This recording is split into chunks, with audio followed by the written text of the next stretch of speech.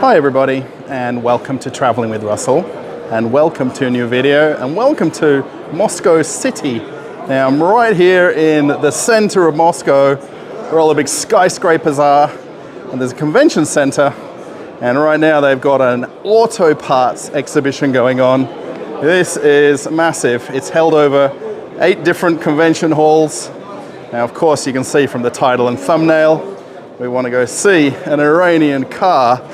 Now I'm going to walk my way through some of these different areas to get to this car display, and we'll be able to check that out once I manage to make my way through all these different exhibits. The one thing I do want to point out as I make my way through these, seems like a maze of different exhibitors, is I'm not a car person. I own a Hyundai Getz in Australia. And everything I'm going to tell you is from my knowledge about the car that we're going to go look at, and from learning from the staff there that are the people producing the car and selling the car, I think, once they can, get it to Russia. And if you're watching it for in-depth knowledge, it might not be the most helpful video, but if you want to see just a sneak peek into the car industry as it is here in Russia, perhaps this video might be interesting. Walking out from one of the convention halls to go to the one where we want to go see these cars, got to just walk across this main kind of outdoor area here, and hopefully behind me you can see Moscow City and how big these buildings are. It's a pretty interesting place to come to. This convention center is right in the middle of Moscow City, and they've got some outdoor events going on. But I want to get into hall number 1 and go check out the cars. The convention itself is actually held over 8 different convention halls, and each of them has a different specialist area. I think just looking around in this one, this is mostly engine oils and different machines that work with engine oils. It's a little bit hard to make out all of the different companies. I think no car expo and convention is complete without beautiful women, and being here in Russia, it's no exception.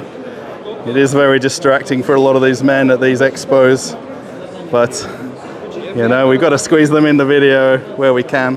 One thing that's very noticeable this year is the amount of Chinese manufacturers and car companies that are here at the exhibition. There is 10 different companies that I've counted walking around. Now this particular expo is focusing primarily on parts, accessories, not necessarily on the cars themselves, but everything that's produced to manufacture cars. But this year it seems that slowly the Chinese brands are coming to the market. Has anybody seen before a hippie? Now I think we all know what hippies are, but a hippie car? The Hippie Z. Now this is a nice car, MG7. Morris Garage, they've actually got it translated in English.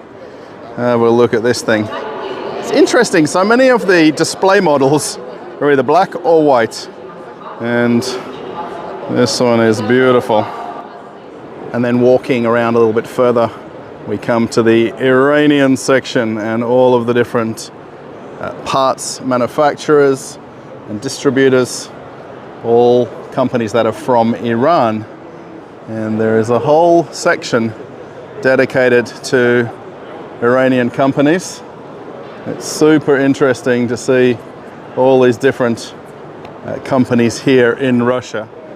And as you walk around, you slowly get an idea of all the different things that are produced in Iran.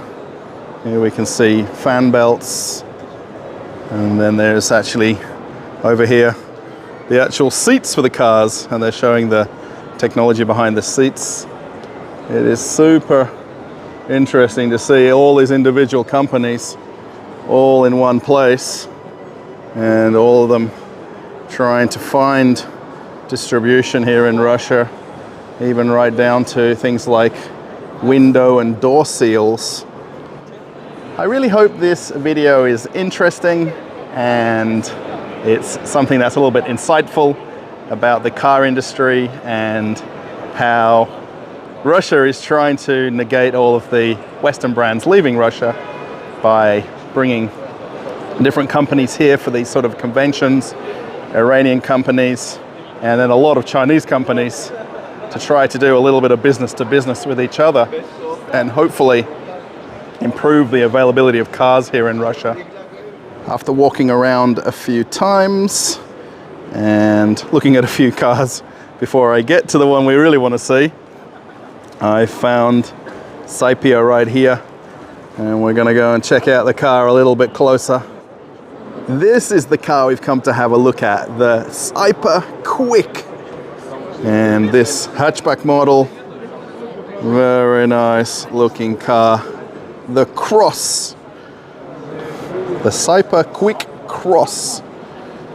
And this is a 1.5 litre car. It does have airbags, it does have ABS brakes. This is actually the automatic version. It's got all the features that people are asking me for. They're not missing. They're all here on the car. Of course, it's a little bit difficult to do the walk around. There is quite a few people here. This is the first day of the convention, so there's a lot of interest in all the different cars at this exhibition. Now, I'm trying to just focus on this model of car, the actual convention itself, as we've seen in a little bit earlier, that there's a lot of car parts manufacturers and companies that want to do business here in Russia and import parts to Russia. And the CVT, which is in reference to the automatic transmission on the car. I'll do my best to try to give you a little bit of a look around the car and coming into the passenger side. So it has the steering wheel airbag and then the front airbag here for the passenger side as well. And getting on inside, now this is obviously a compact car, so it's not designed, you know, as a big model, but I mean, I've been driving a Hyundai Getz in Australia, so this is really about the size of a Getz. It's actually modeled around a Kia Rio. So if you know a Kia Rio model, not too dissimilar. It has the display right here, of course, all the other things that make up the car, and then automatic transmission, but there's plenty of room in the car. It's not small or tiny sitting in here. Now, I like a little bit of space for my legs, and there's plenty of room sitting in here. Now, the one thing I found quite interesting, and I was pointed out where it was, so if you look on the door cards here, particularly on the back seats, there is no button for the window openings, and there's no manual winding for the windows. So where is the window openings for the back seat? Now, I found them eventually. They're right here in the middle where the console is. There's the buttons right there. So they're actually all electric windows. It has the cotton, I guess, the material interior, but everything is here. So what do you think, everybody, so far? Do you like the look of this car? I like the white with the black trim.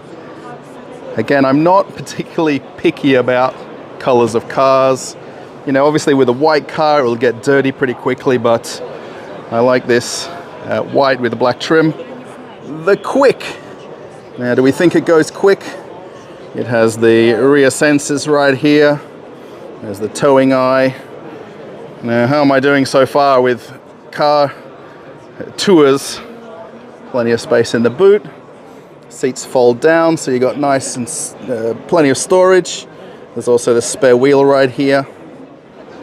One thing I do like is these roof racks. Do people call these roof racks? I think that's what they're named. Let me know in the comments if that's not the right name for the rails that run on the top of the car right there, but I like this car. But I'm a bit of a fan of small, compact cars.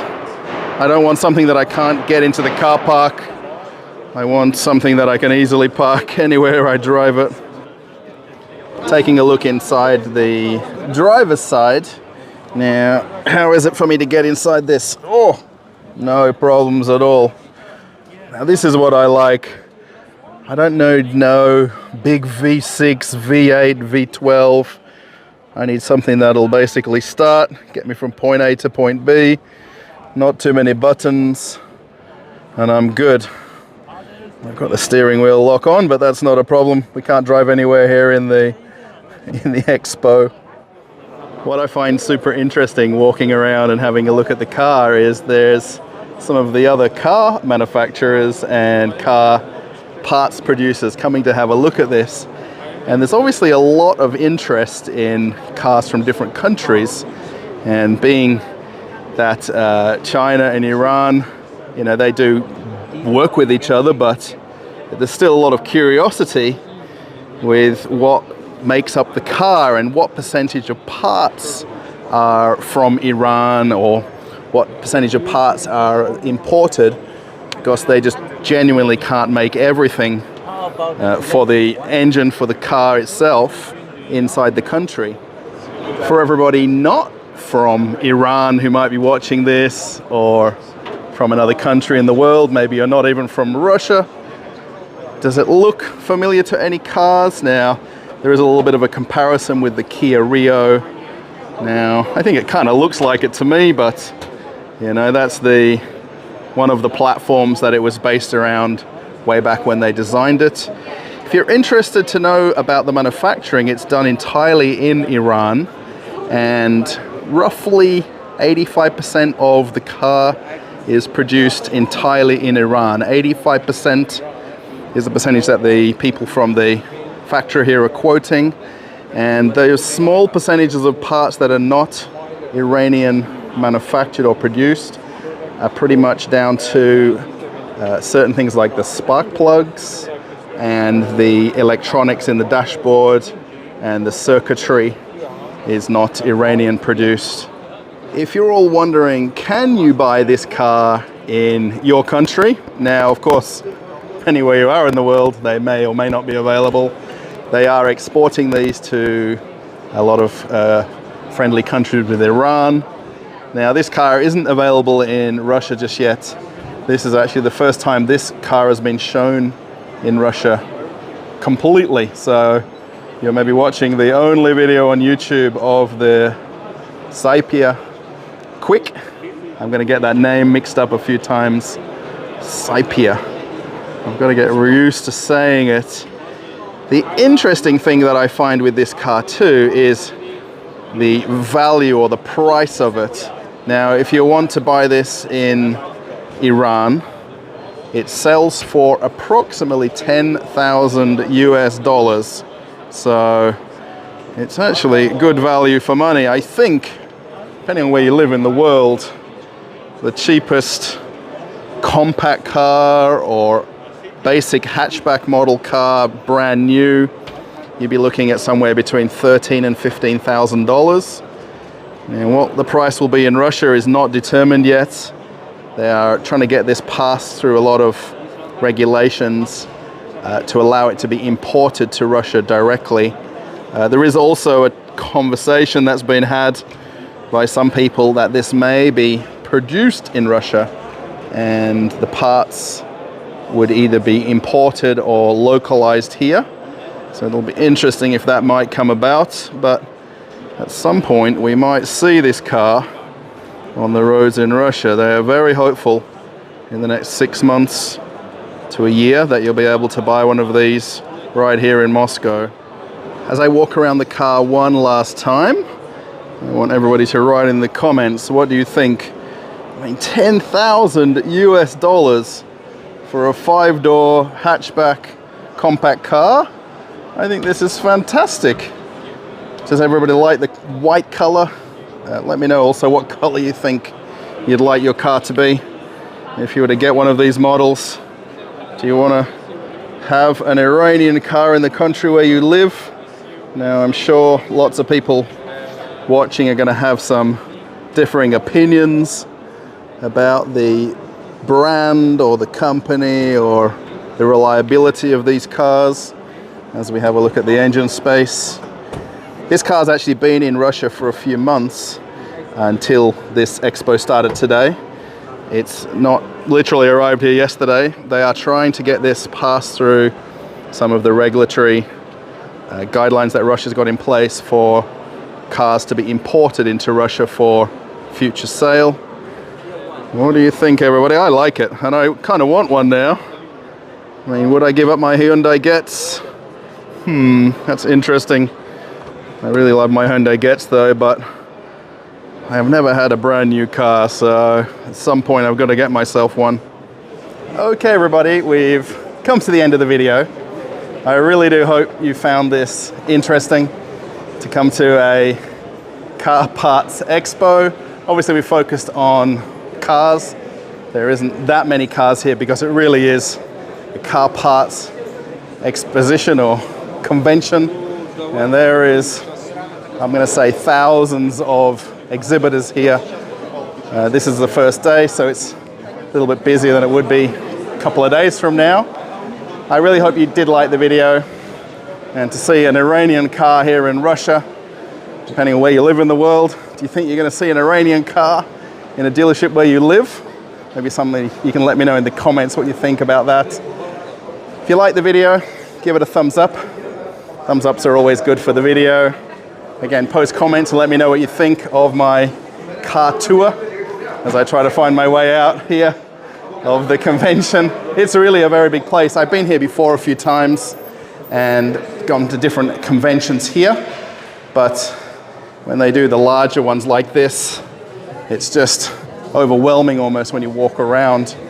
I put another video for you to watch right after this one, so if you want to see an older video on the channel, you can click that right away after this. Perhaps you want to see the other Iranian car that's here at the convention. Actually, it's the same model this year as it was last year. So that video will be for you to watch right away now. And I'm off on another adventure. Bye, everybody.